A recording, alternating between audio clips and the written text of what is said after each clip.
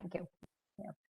Welcome everyone. So this is the 7th in the series of the aspiring managers leadership track of MTD. Really happy to have Jacob with us today with a very interesting topic that I'm sure all of us can relate to, even those of us who've been managers for a while. I mean, when you see the slides, you'll see that, these are things that we went through at that point in time, and it's very real, whatever team you're managing, whether it's tech comms or, any team. So very interesting topic, and Jacob has some very interesting, things to talk about where he would like a lot of interaction from all of you. So he would prefer to that the questions be kept till the end, but please do interact in the chat. So me and the volunteers here, we have an excellent bunch of volunteers because of whom we have been able to actually keep these sessions going regularly. So I already see Sharath and Mridula in here. So please do, if you have anything to add in the chat, please do be active on that, and we'll keep an eye on it. Okay. So I won't take up much time because there's a lot of discussion to look forward to. Welcome, Jacob. Over to you. Thank you so much, Asha. Good morning, everyone. So today we'll take a look at the transition, that we make from individual contributors or leads who are also individual contributors to a manager. And what we're talking about is that gap. So that's why the session is Mind the Gap. My name is Jacob Alexander. As Asha just mentioned, I work as a manager at Synopsys India, and I have a few years of experience writing technical documentation, leading teams, and managing teams. Right? And when I'm not doing all of that work, I like to cook. I like playing music, different instruments. In fact, there are a lot of tech writers who play a lot of instruments, and I've jammed with some of them. That kind of stuff. Okay. So we'll just straight away jump into today's session because there is a fair bit to take a look at. I've divided this session into 4 parts. And the first one is taking a look at what is it like being a new manager. Now you stepped into that role. How do you feel? What are some of the myths that are there? What is not, right? So we'll take a look at that. Then what are the things that you need to continue doing? There are definitely certain expectations of you as a manager. So yes, you have to do that. But what do you currently have in terms of skills that you can take and augment, so that you can go to that next level? And then we'll talk about what are the new skills and perspectives that you need. So some of the stuff may not be new, but as a manager, what are the additional skills that you need to focus on that you might otherwise miss, right? So that we'll take a look at that. And finally, we'll look at how do you develop these skills, right? As an objective for this session, I'd like you to ask yourself 2 questions. Right? Can you identify the gaps between where you are right now and where you'd like to be as a manager to become an effective manager?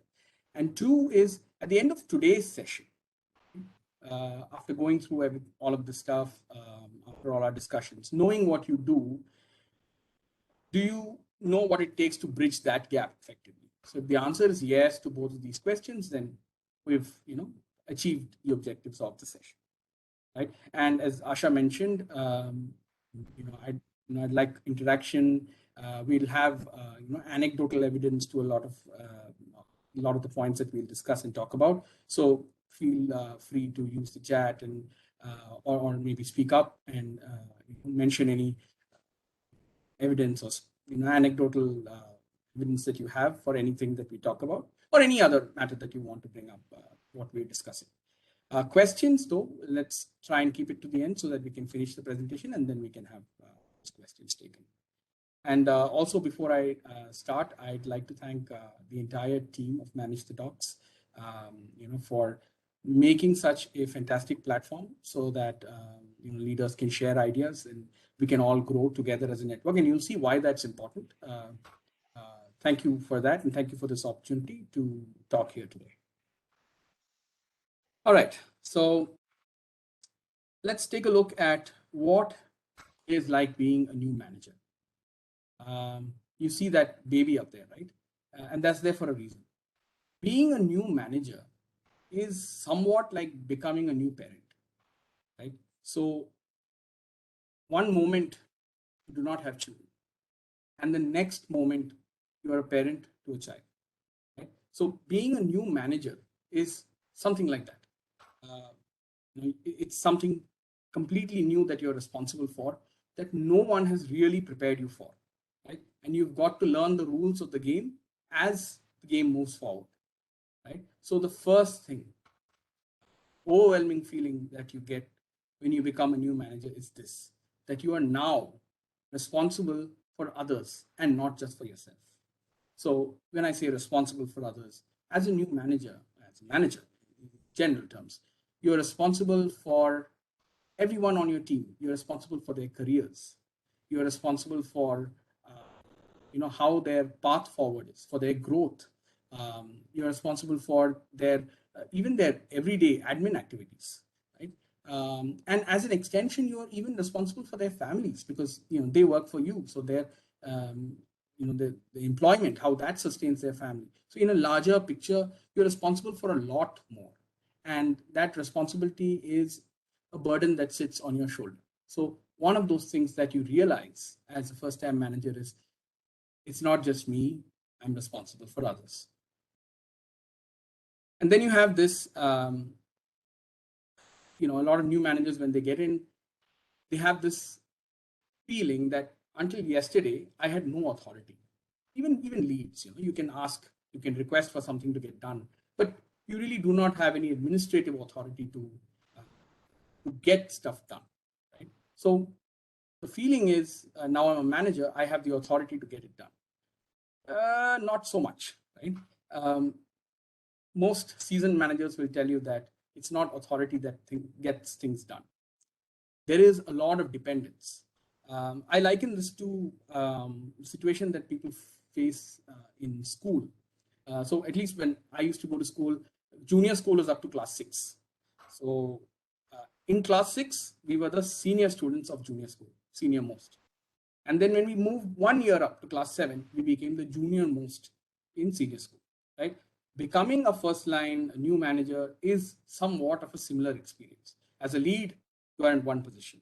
But as a manager, you are now at the lowest rung. The first line manager is at the lowest rung of that authority ladder, right? And then you realize that you are now in a position that you are dependent on both people in your team to get things done, as well as people above you, your managers, other stakeholders. Because now the pressure, the squeeze is on both sides. I was speaking to another manager a few days ago, and she was talking about it as being like Abhimanyu, stuck in this Chakravyuh, right? You are surrounded by requests and demands from all sides, and you've got to manage that. So it is not through authority, but through that understanding that you are dependent on both sides and managing to negotiate with both sides. That will get you through. Which will also bring me to this part. Commitment and not control. There is this feeling as well that, I need to control my team. I've even actually heard, more senior folks asking junior managers, can't you control your team? That is, there is no such thing as controlling your team. We deal with human beings. So it's not that you can assert a level of control. You may be able to, by, fear of consequences or something for some time, right? But that's not a win for you. What you need to get is commitment, right? And commitment you can get when you win the respect and acceptance of your team. So when you win acceptance and respect, you get their commitment and buy-in for any task, right? And when you get their commitment, that leads to your team members taking initiatives, their own initiative to move things forward. And when that happens, you finally have a team that can move forward on its own. And you then get free to do bigger and better things. Right? So it's not by imposing any kind of control, but by getting your team's buy-in and commitment that you can move forward. And this is again something that you realize when you start becoming a new manager. Leading the team and not just managing individuals. So this the entire management of your team is not a 1:1 management style. As in, okay, if I manage individuals A to F in my team, I'm okay. I get to know their dynamics and I'm fine. Unfortunately, it's a lot more complicated than that. Dynamics of A with B, B with C, those also matter. At some point, A, B, and C together with dynamics with someone else also matter. External forces, right? How they play on the team also matter. So you'll have to realize that it's a sum total of all of these things, and not just individual management. And then you have to get ahead of that. That is part of being a new manager. And then there is so ICs, leads have mostly spent their time in operations. Your everyday projects, getting those done. Even multiple products. If you're a lead, we're getting those done on time, delivery, quality, and all that. But now, as a first-line manager, as a first-time manager, you're also expected to come up with strategy and not just operation. So mindset has to change from pure execution to execution with a healthy dose of strategy, vision, so that you can develop that to take your team forward.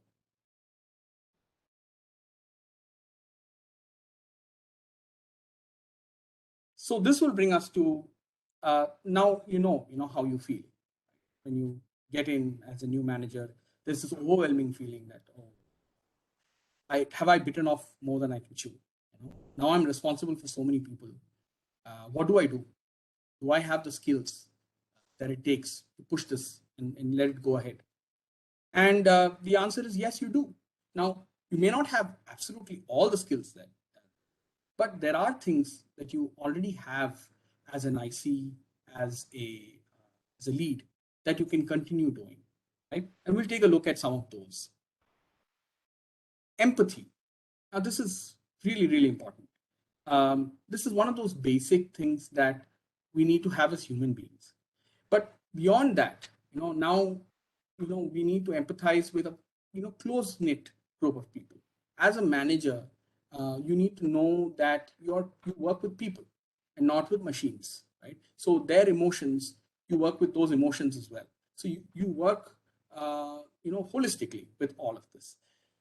It is very important to understand what your team is going through. People can have a bad day, a bad month, something's happening in their lives, financial crunch, there are some health issues, whatever it is, right? So when your empathy comes through, that helps build, your presence as a manager, your team, it brings it together, closer, all great stuff. I was, a couple of days back, I saw an email which was floating around, where one manager responded to another for, it was a stakeholder kind of communication, saying that there was this rider who injured himself while riding a bike and therefore would be unavailable for the next week and a half, right? And so the delivery was going to get missed. What struck me the most was the response of this other manager, saying that, very sorry to hear about that. Our first priority is to enable this person to get back on their feet. There was no mention of the project. There was no mention of the deadline. The whole point was our priority is to get this person back on their feet. And that grows on you.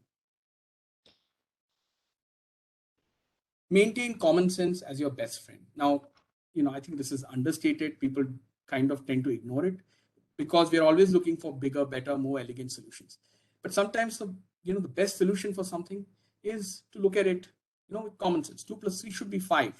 If it's not, something is off, right? That's common sense. Right? So continue using that while making decisions, and that helps. Assess who you are. Conduct a SWOT analysis. Now, I know that we do this as professionals from time to time, individual contributors, leads, and all of that.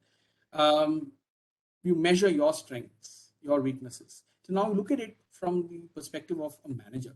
What are the skills that you need? What are the strengths that you need? What are the weaknesses that you have that you need to fill that gap? What are the opportunities that you see, etc. Right? So, you can run a SWOT analysis on yourself and see what is it that you need to work on to become more effective as a manager. The other thing that you need to do is once you get into your team, a new team, do a SWOT analysis. Take your time, but do a SWOT analysis for your team as well, for your team as a whole. What are the strengths of your team as a whole? What are your weaknesses? Where do you see opportunities for growth, etc.? What are the threats to your team? And do them for individuals as well. It takes some time, it takes some doing, it takes some understanding about team dynamics, it takes some understanding about each individual member, but it is very effective because it helps you build your team more effectively. And we'll talk about 1 or 2 more points down the line, which are built on this.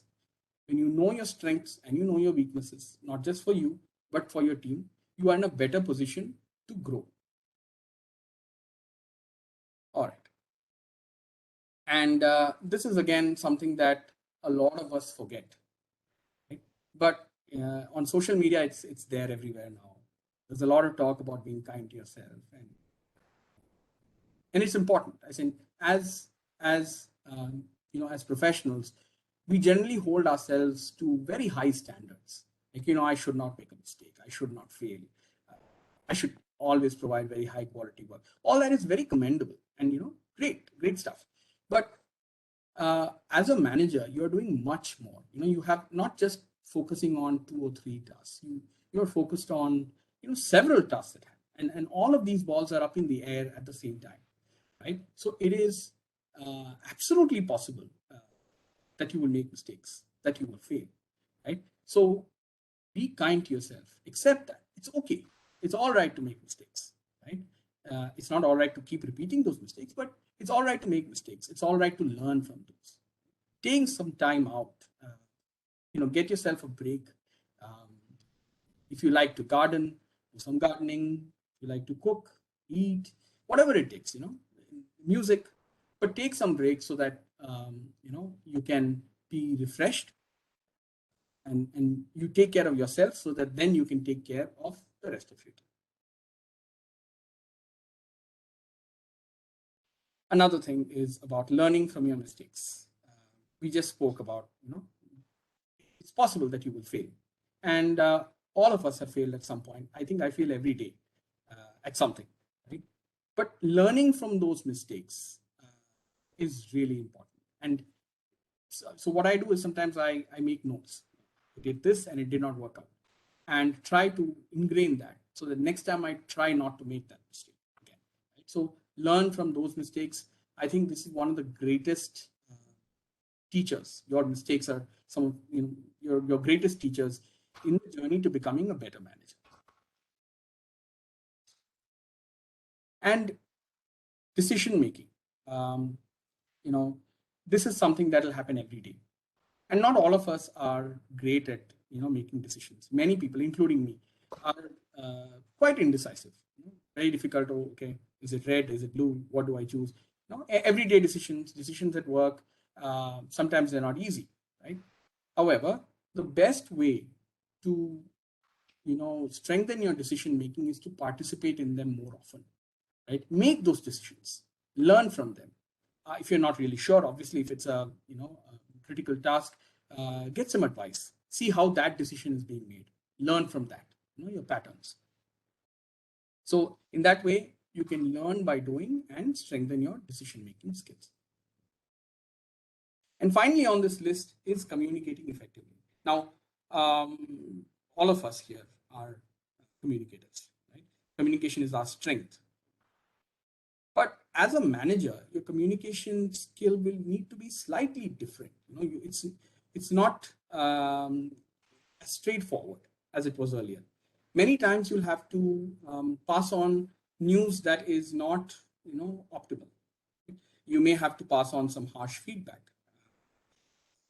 and you may need to provide some constructive criticism. You may need to, and that could be both downwards to your team members. It could be upwards also, right? You may need to tell your manager that I'm sorry, but this is not going to work because of this reason. So essentially that's what you want to say, but how you say it, right, is also something that you will need to work, right? So tact becomes really important when you communicate as a manager. The choice of words, right?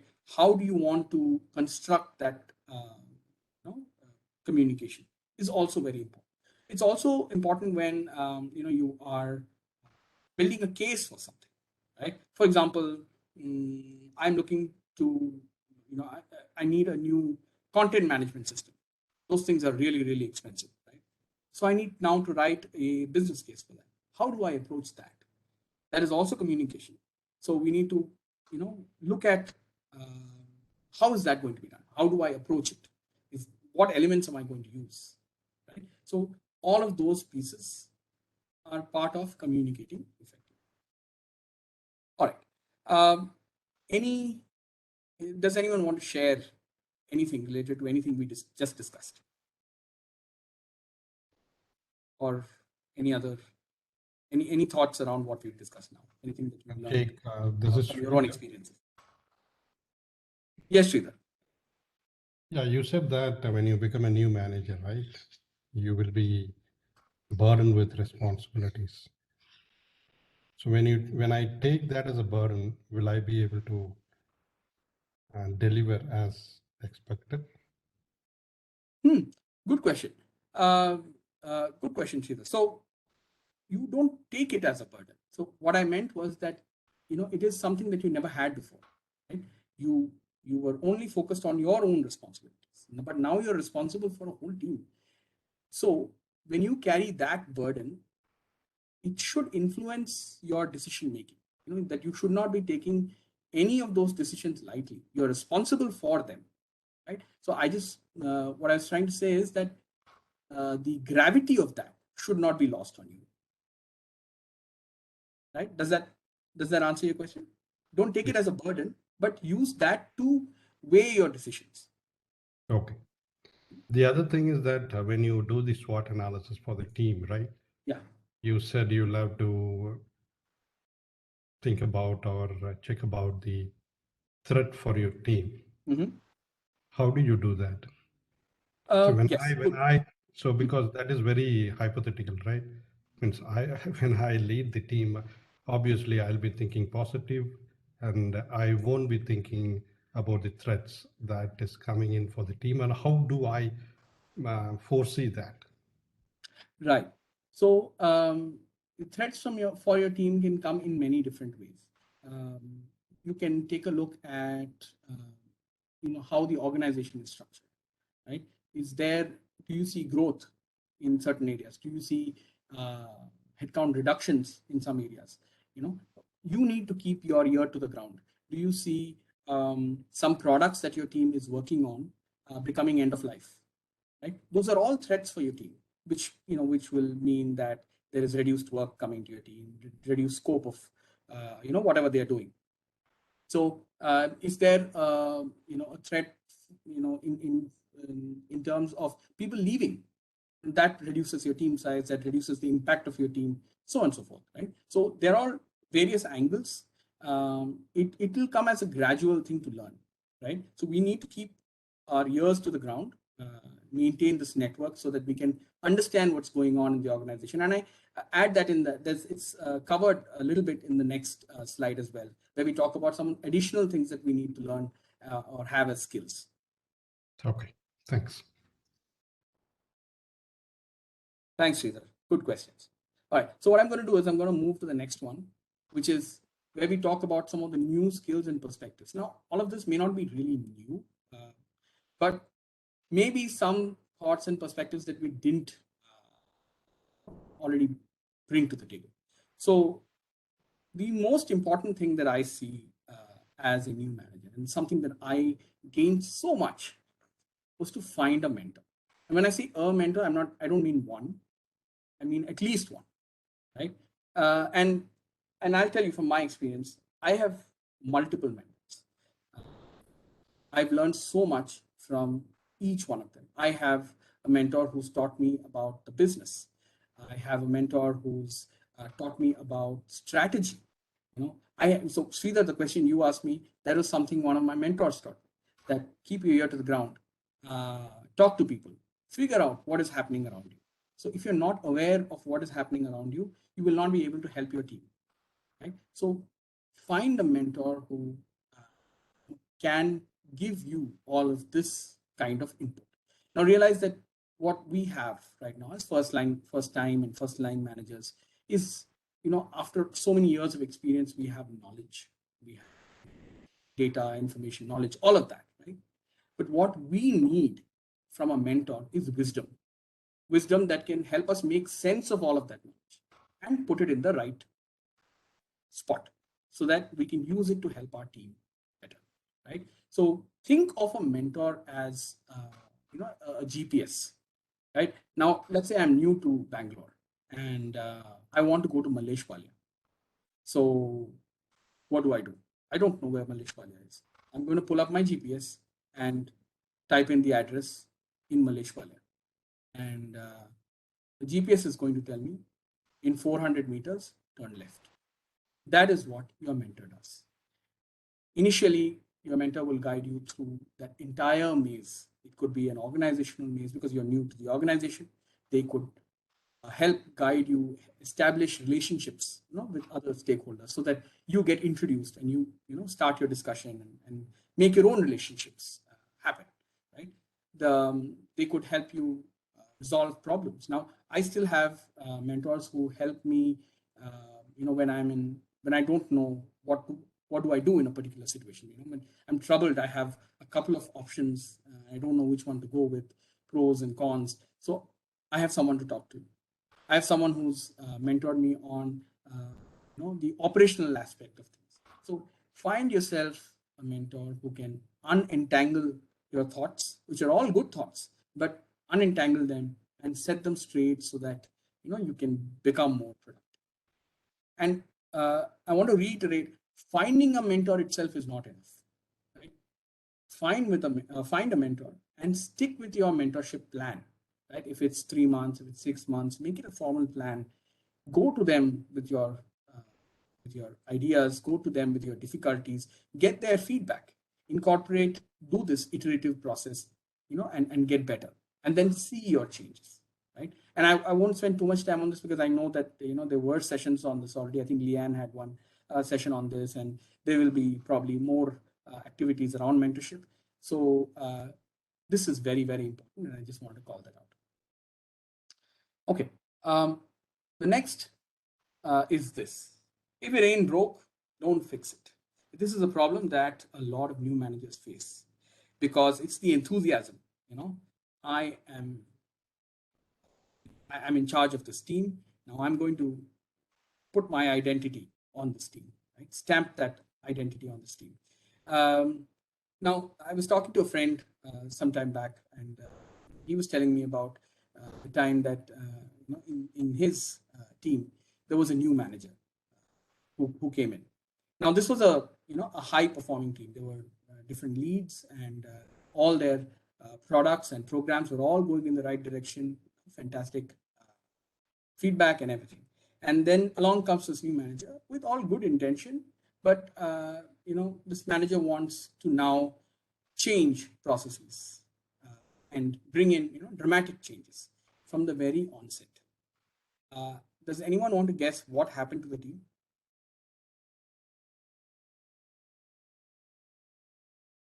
Anyone?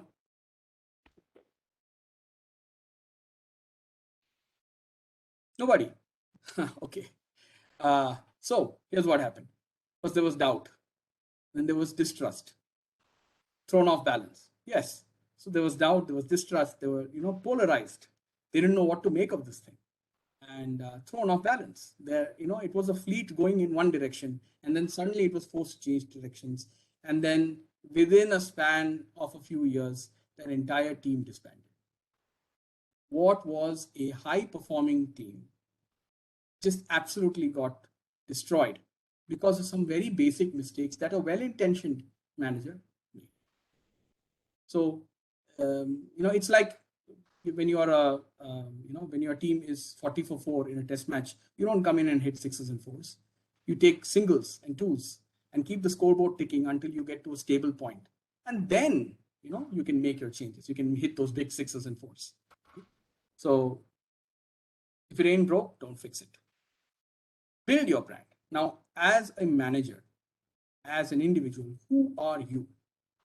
Now, I can see, so many of the leaders who are there on this call. I've had the privilege of working with quite a few of you. We only need to mention your name. And then what comes along with it is a list of attributes, which is unsaid, right? That is called building a brand, right? Who are you? Are you a transparent communicator? Are you honest? Do you accept your own mistakes? Do you have any integrity? Do you bring any value to the table? Right? These are all questions. Even small things. Are you on time? Do you value other people's time? Are you open to communication? Do you talk behind people's back? Right? So questions like that. Over a period of time, these things build your brand. And when people talk about you later, right? So, when they mention your name, automatically there is a picture that is embedded in their head. And that, mind you, is relayed from person to person. So over a period of time, the way you behave, your team is listening, watching, and they're building this brand. Others from outside are also building this thought process of you. And that becomes your brand. So build that very carefully. Be very, very careful about all your thoughts, words, deeds, because they translate into building your brand. Another important thing, hard skill, building biz ops expertise. Now, what is biz ops expertise? So pretty much anything that helps your business run or keep running, right? All of those aspects, that becomes your responsibility. Now, for example, now we're all getting back to office, right? I need my people, my team, to get seats in a particular area in the office. Now, I need to work with facilities to get, seating arranged. Now, that's a really mundane thing, but that is also your responsibility as a manager. You need to liaise with facilities and get that done, right? I need new people on my team. So I need to liaise with HR and start the recruitment drive. Everything from the content that goes into the posters to getting people on, written tests, interviews, final hiring, all of that, right? Or budgets. For example, let's say, from something really small like, budgets for taking your team out for lunch, right? To knowing that budget doesn't, come out of nowhere, that comes out of your ops budget, right? So how do you know those things? You liaise with the finance team for something bigger like bonuses, right? Understanding how those work. So all of these aspects that help your business everyday basis is something that you need to build your expertise in. It will not happen on the first day. It will not happen even a year later. But it is something that you need to gradually build, learn, understand. Some things you may be automatically good at, but others then you need to ask. And here your mentor comes into the picture, right? Ask, find out, and learn.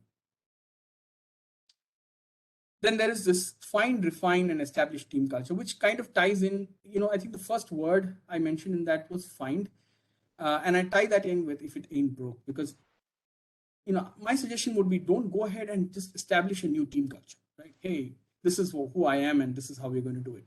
Won't work. And if you're the new person in a team, you're the manager and you're a new person in that team, take the time to find what that culture is and imbibe some of that and learn and see whether that is what works, right? And then you can go on, at some point to refine and then establish your own identity along with that. You see that the piece about building your brand, it ties in with that. When you build your brand as an individual, as a manager, at some point, you're going to build the brand of your team as well. Right? So they're going to say Sridhar and his team are like this, right? So find, refine, and establish team culture. What is your team culture? Are you high on innovation? Are you high on empathy, right? Are you high on quality? Right? Are you always on time? What is that? Right? So you need to figure that out.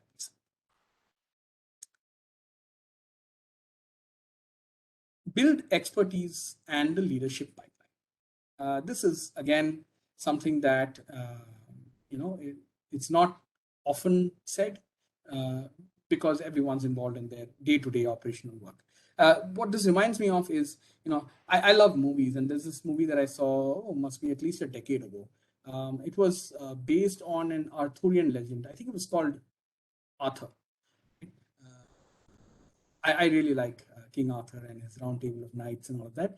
And this is not a typical take on that legend, but it starred Clive Owen, so you probably can look that up and see. It's an interesting movie. Now, why I brought that up is Arthur in that movie, among his knights, he had a very skilled archer.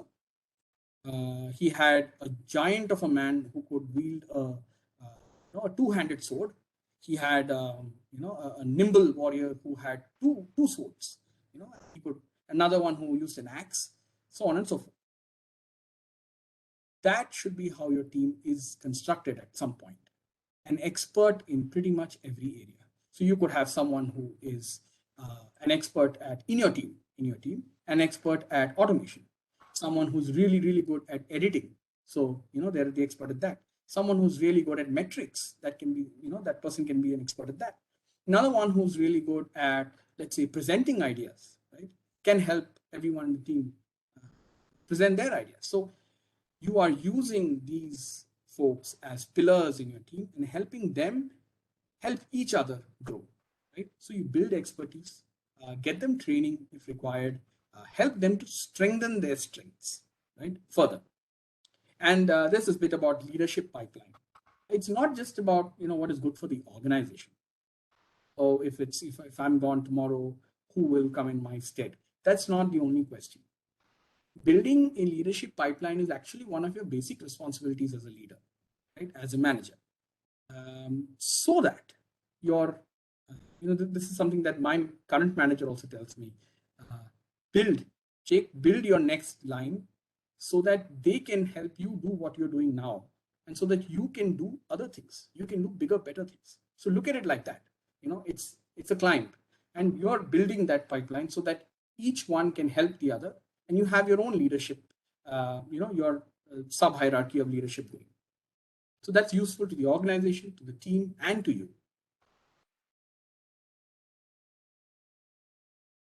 Understand your business. Now, a lot of us as ICs may or may not attend all hands, because it's just somebody talking about some business, and you're probably focused on your release and deadlines and all of that, which is fine when you're focusing only on that. But now as a manager, understanding your business is really, really important. Knowing that, knowing what does my company do, not just what does my BU do, not what my product is, what is the whole gamut of services or products that my company provides or manufactures, right? What is the worth of our business? Are we 4 billion? Are we 8 billion? Where are we going? What does that graph look like? Are there any estimates on the market? What does Wall Street look like for our company? Are we beating expectations? Are we going up? Are we going down? What are the external factors affecting our business, right? So what is the use of knowing all of this? It is so that you know what is the future of your organization. And when you know and you're convinced, then you can convince your team or give them a clear picture that this is where our organization is going.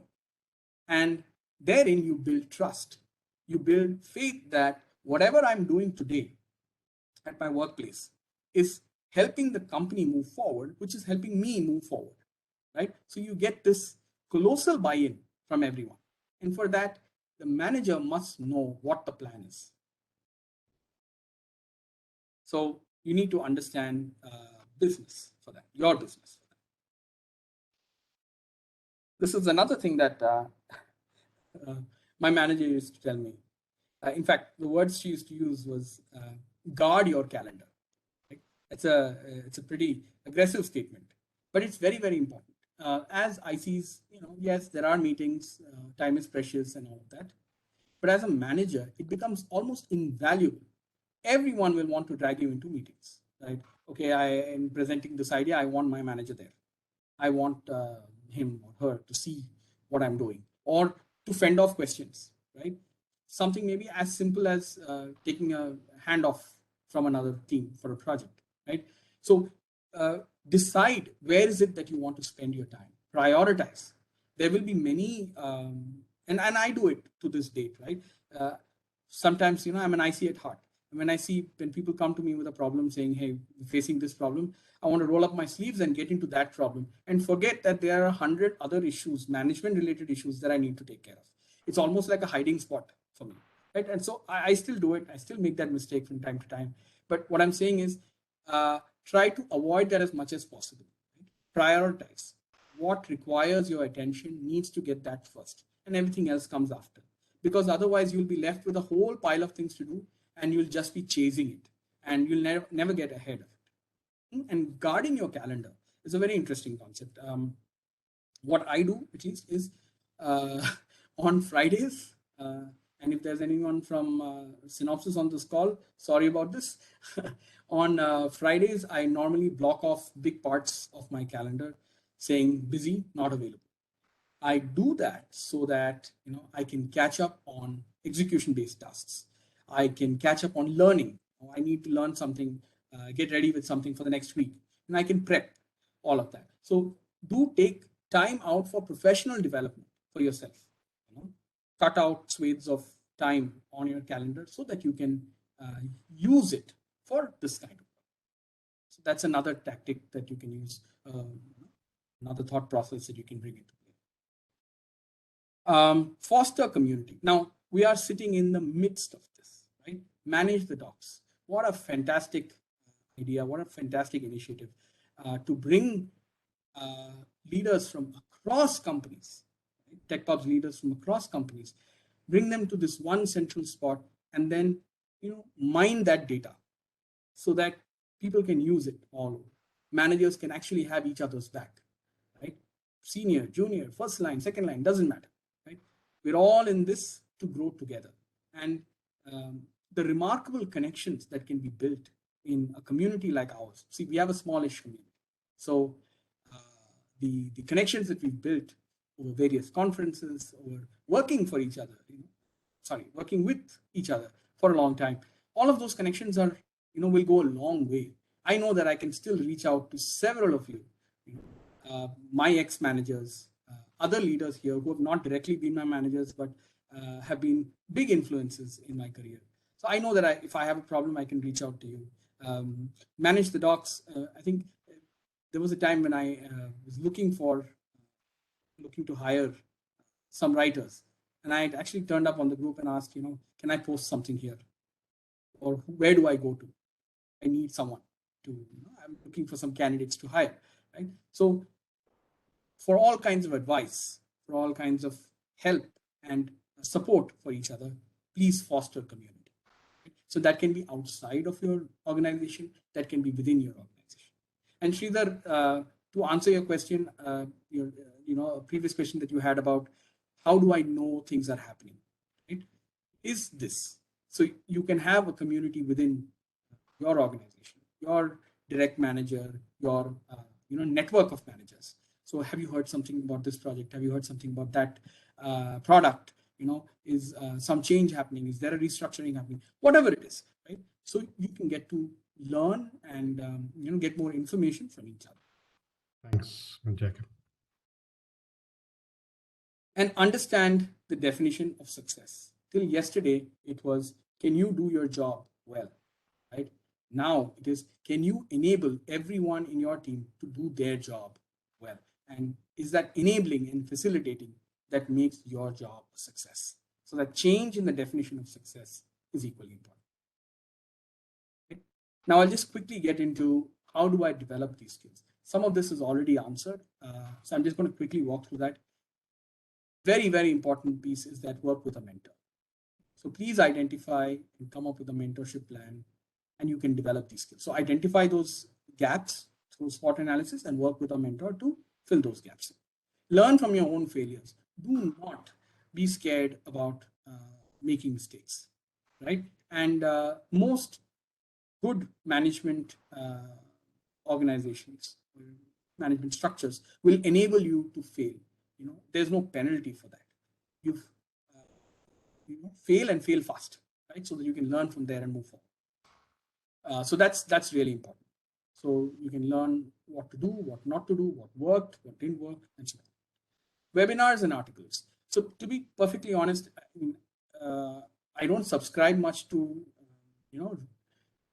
getting information out from articles and webinars, but there are plenty of sources that there are folks who read and glean more than do and glean. So if that is you, then please check out some of these resources, because that gives you an idea of how to deal with being a first-time manager. Also, what helps is professional management courses, MBAs full-time or executive MBAs, or even what really helps is these short focused programs. It could be from one of the management schools, but a 2-month or 3-month program on organizational behavior will really help you understand why people behave the way they do. What are the structures in your organization? How do these structures interact with each other? So all of those things, right? So those could be interesting places to develop skills. Excuse me. Learning pathways. So there are several of our organizations have tie-ups with Degreed or Upgrad or some of those other sites. So try and take advantage of that. They may have leadership pathways for first-time managers, and then maybe you can, at least that will give you an idea of the kind of skills that are required, and then you can hone them in whichever way. All right. So I just want to summarize what we've done till now. Most importantly, understand that being a new manager is not easy. Right? I remember when I started, I felt terribly incompetent. I felt that I was not cut out for this, and that I was going to make a mistake so bad that it was going to affect someone else's life. Right? Understand that you're not crazy, you're not incompetent, and most importantly, you're not alone. This happens to everybody. Right? Share, ask for advice, talk it out, and believe me, help will come. So you are not alone. Ask for help and get on with it. Evaluate where you stand today and fill in the gaps. We spoke about this. Find a mentor and use their input to grow. Very, very important. Manage your time efficiently. Remember, guard your calendar and be kind to yourself. Very, very important. Failures will happen. That is life. Learn from it. All right. So that is all I had in terms of presentation. How are we doing on time? We have about 10 minutes. So I'm open for questions. Do we have any questions on chat?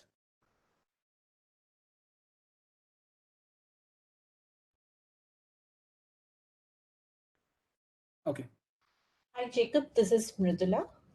So I have a question for you. So when somebody is growing from a lead to a manager role for the first time, how do you think they need to communicate what their team is doing, how the kind of value their team is bringing to the table to the senior management, how to bring in visibility to their team so that not only the person is getting appreciated, but his team members' contributions are also visible and those are also getting appreciated.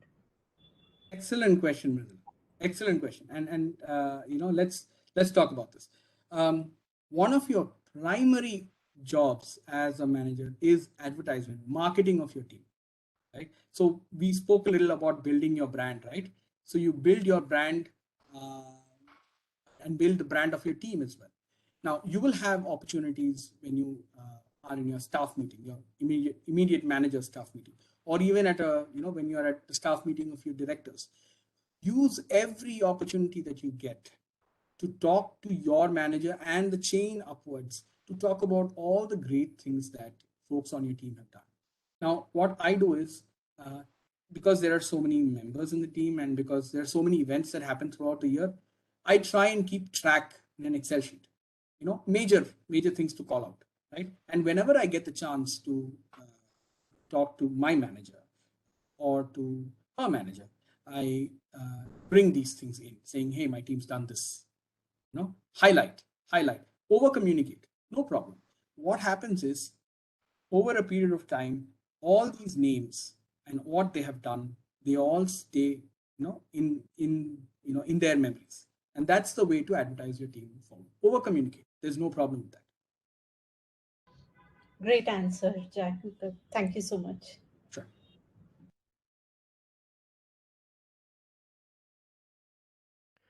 Jake, would you like to advise folks who are aspiring managers to be clear what they should stop doing when they get to that role? You had a slide on what they should start doing. Yeah. So stop doing. Very good question, Sanjeev. So my advice to you would be, don't immediately stop anything in there, right? Get into that role and figure out, what is it? What is your stable position, right? Most first-time managers, some expectation for, the usual expectations are all there. Some writing will be there. Some amount of project management will be there, but mostly team management, right? So at a point, if you need to use your time effectively, like Sanjeev mentioned, you will need to know what to stop doing. Now, at some point, you might decide that I don't want to write anymore, or someone else should take that up, right? So you stop doing that. So you evaluate, and it will change from situation to situation. Some organizations might have the mandate that all managers, first-line managers at least, need to continue writing. So you can't stop that, right? But then you can stop something else. Like, do I need to attend all these meetings, right? So let's say there's a product core team meeting. It's a product I'm managing, but I have a lead writer who's doing that. Do I need to attend each one of those meetings, right? So you can stop doing some of the things that that you can deprioritize. Right? You make that, we spoke about a priority list, right? So when you have 8 hours or 10 hours or 15 hours in a day, you can plan what is it that I need to achieve in that amount of time, and anything that's not on that list, stop doing. Does that work, Sanjeev? Oh, yes. But it's important that you identify things to stop, because you can't continue at the pace you had. Absolutely. Good one. Thanks, Sanjeev. Thank you. So sorry. Just in the interest of time, Sharath, would you share the feedback form in the chat? So all of you, it would be great if you could enter your feedback. It will help us plan future sessions. Thank you so much, Jacob. And I really wish I had attended a session like this when I first became a line manager, because I think there are many people in the group would agree that we learned a lot of these things a very hard way. Those days there were no, at least none of us had mentors, or we did not think of getting one. So it was a lot of things learned the hard way. So it's just fantastic that you put all of this together for, another generation of managers who can learn much faster than we did, right? So thank you so much. If you don't mind, before we go to your more Q&A, there is still time. If you could just show the last slide, if you don't mind. I'll do that. Thank you, Asha. Yeah. Oh, so before that, there was this one slide where my LinkedIn URL is there. So in case you want to contact me, you can do that. And here's your slide. Thanks, Asha. Okay, thank you. Thank you. Just to clear, we are Manage the Docs is going to launch another initiative, a group mentoring circle in the next quarter. As Jacob rightly mentioned, mentors are a very important part of our growth, right? I mean, they can make all the difference when we are fumbling and struggling in the early stages of our career or starting something new. And so this initiative of the circle, as we mentioned, is we already have a big pool of experienced TechOps leaders. And it just makes sense that their knowledge and expertise is available to the junior managers in the group. So, and it'll really help everyone have direct interaction, not just attend presentations, but direct interactions with senior leaders in the industry. So this is going to happen between April and June across 3 months, one mentoring session per month.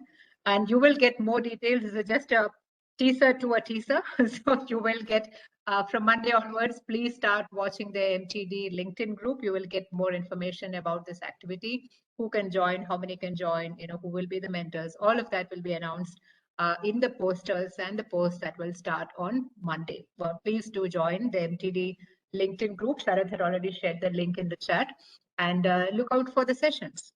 Okay, so please continue questions to Jacob. We still have a couple of minutes.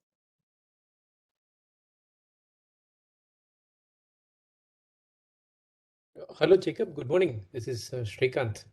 Hi, Srikanth. Jacob, I had a small a question. Mm-hmm. I mean, as a when you start off as a manager, right? So the one thing that you need to be careful about is what you delegate and what you don't, right, to the team. So how do you decide what you delegate and what you don't?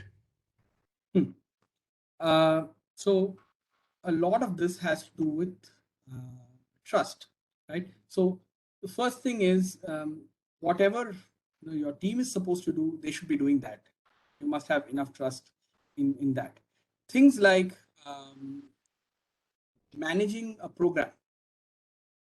When you move from a lead role to a manager role, one of the things that you want to always, because you've been set in those ways for a while, is attending all of these program management sessions, product, core group sessions. Some point you might like to think, if my lead writer is attending all of those sessions, taking great notes, and maintaining a great, stable relationship with all the stakeholders, maybe I don't need to attend those. Maybe I delegate those, right? Typically, any task that can be done by, a writer, whether it's a lead writer or an IC, you should delegate to them. But like I said earlier, to answer Sanjeev's question, there may be some things that you're still supposed to do, as part of organizational requirements. You can't delegate those things. Like, let's say you're supposed to minimum, work on one document. You can't delegate that. You'd like to keep that, right? But you can delegate smaller things like team meetings, running a team meeting. It doesn't always have to be you. You can delegate that, saying that, this is a rotational responsibility. Somebody come up with, the slides for this, do a icebreaker activity, bring everyone together, and, you provide the information you need to provide as a manager, but somebody else learns that. Things like that. You want to conduct, a lunch out session for some, you're with everyone in your team. You ask someone else in your team, delegate that responsibility. So smaller things where you have trust that will get done, but it does not impact, anything larger for now. You can start by delegating that. And as you build more trust, you can delegate bigger activities.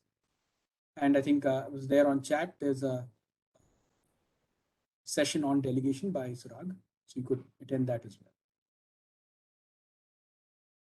Was conducted, I think, a couple of months back, and the recording and the slides are available on the site, so they can visit there and view the recording. Sure. Jackie, awesome presentation. I just wanted to add a point to delegation.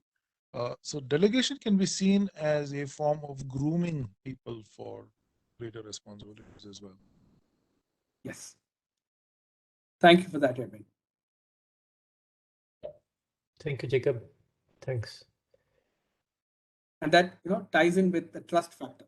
As and when you build more trust, as and when you can see ability of some person to actually start ramping up on other responsibilities, delegate. And Srikanth, I think that also ties in with the other piece that we spoke about, building your leadership pipeline. This will come from there. Yes, right. Thank you, Jacob. Thanks. That was informative. Thank you.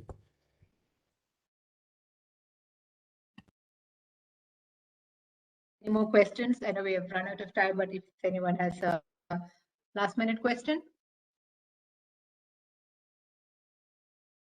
there are, if you want to stop sharing, Jacob, you can see the lots of thank yous in the chat.